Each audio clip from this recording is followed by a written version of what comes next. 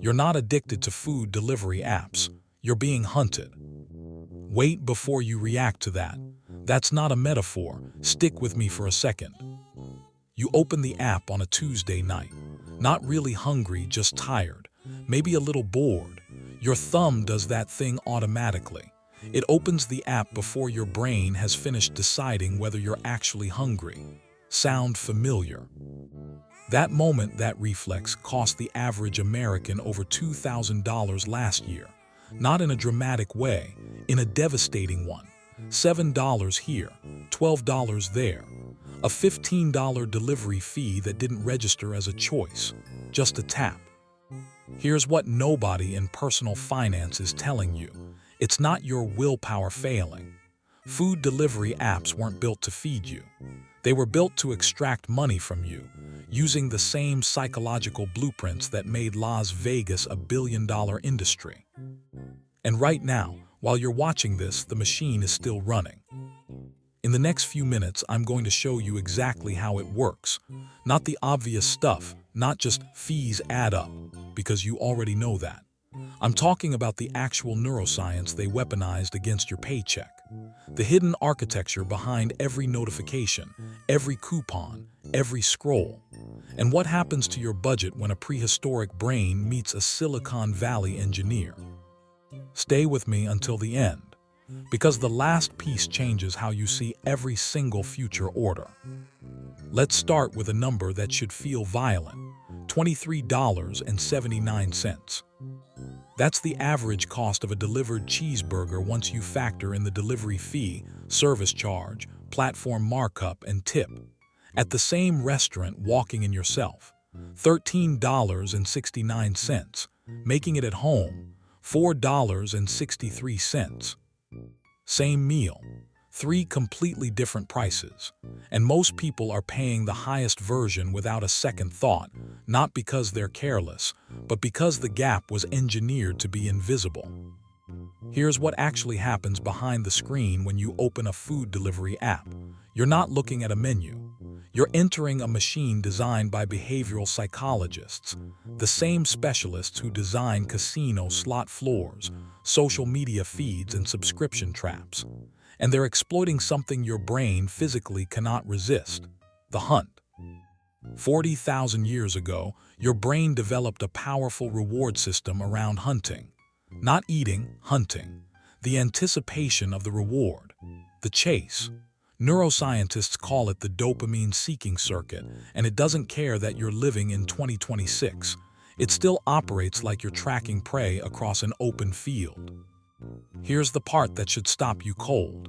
Your brain releases more dopamine in anticipation of a reward than when you actually receive it.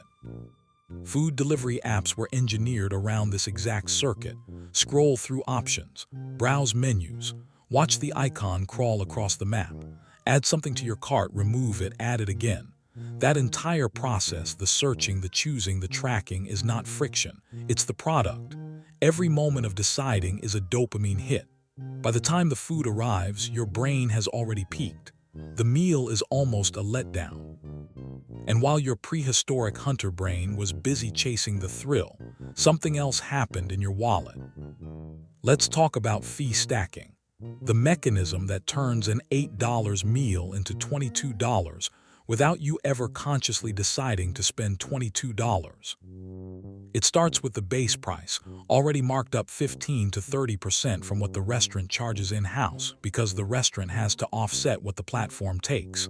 Then comes the delivery fee, then the service fee, then the small order fee, then the platform fee, then the tip, presented at a moment of peak emotional investment, after you've already chosen, already anticipated, already mentally committed to the meal.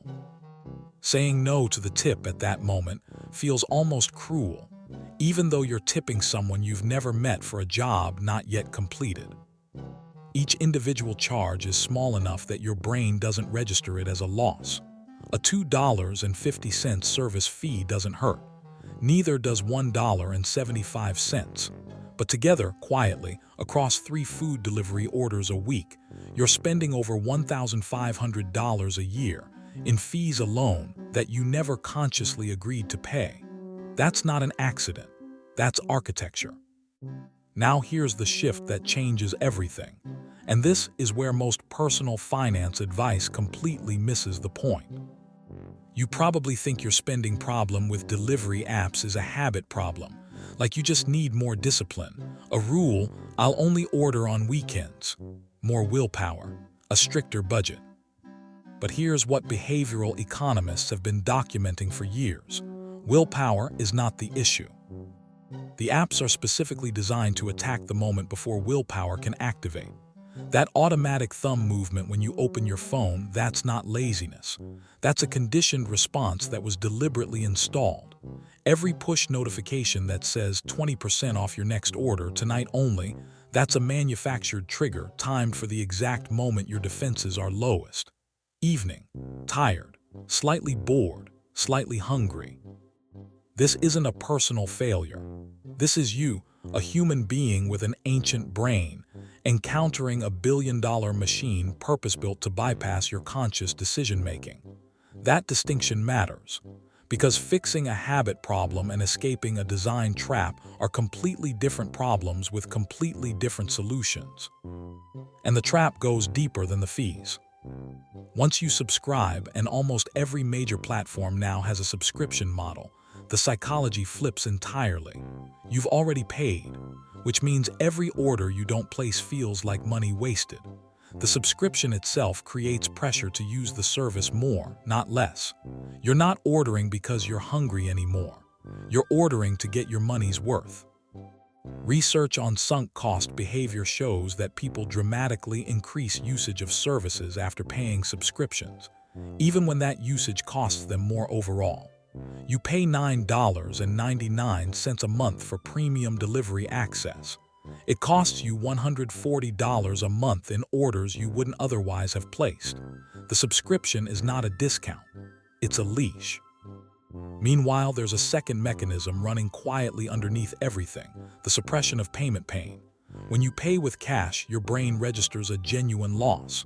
Physical currency leaving your hand activates the same neural regions as mild physical pain. Tapping a stored card on a screen, almost zero pain signal. You spent $47. Your brain logged it as tap. This is not accidental design. Every frictionless payment system was built to reduce pain. Less pain means more spending. More spending means more revenue. So here's where that leaves you. The average American who orders delivery 3 times a week spends approximately $7,800 a year on those meals. Cooked at home, the same meals cost around $1,400. The difference, over $6,000, is not food. It's the tax you pay for being inside the machine without knowing how it works. Here's the revelation I promised you at the beginning. You don't have to delete the apps. You don't have to quit anything or white-knuckle yourself through a month without takeout. What you have to do is something far more precise and surprisingly simple. You have to turn off the hunt before it starts. Because here's what neuroscience confirms. The dopamine loop driving compulsive food delivery spending is triggered by a single moment, the opening of the app. Once you're inside, the architecture has you. The scroll, the menu, the choices, they've already activated the seeking circuit. The decision to order was functionally made the second the app opened. The only intervention that works isn't in the middle of the loop, it's at the entrance. 3 things, unglamorous. They work because they operate before the ancient brain takes over. First, move delivery apps off your phone's home screen. Not delete, just move. The extra seconds to find the app create enough friction for your prefrontal cortex, the part that does math, to check in before the craving takes over. Second, build a 10-minute decision delay. When the urge hits, set a timer before opening any delivery app.